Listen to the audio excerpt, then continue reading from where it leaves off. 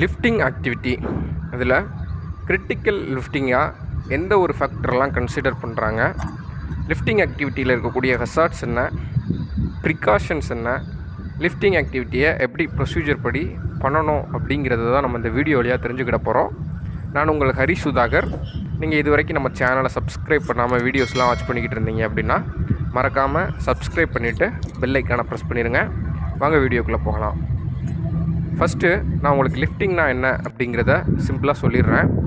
ஒரு எக்யூப்மெண்ட்டை வச்சோ அல்லது மேனுவலாகவோ ஒரு மெட்டீரியலையோ அல்லது பர்சனையோ நம்ம லிஃப்ட் பண்ணுறது, ஷிஃப்ட் பண்ணுறது, இதெல்லாம் தான் வந்துட்டு லிஃப்டிங் ஆக்டிவிட்டி அப்படின்னு சொல்கிறாங்க.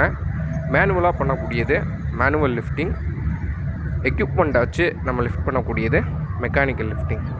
ஃபஸ்ட்டு இருக்கக்கூடிய இமேஜ் வந்துட்டு ஒரு மேனை லிஃப்ட் பண்ணக்கூடிய எக்யூப்மெண்ட். ஹைட்டான இடத்துல, ஸ்கஃபோல்டிங் இல்லாத இடத்துல நம்ம ஒர்க் பண்ணணும் அப்படின்னா இந்த ஒரு மேன் லிஃப்ட்டை யூஸ் பண்ணி மேன் வந்துட்டு அந்த பாக்ஸ் மாதிரியான அமைப்புக்குள்ளே நின்று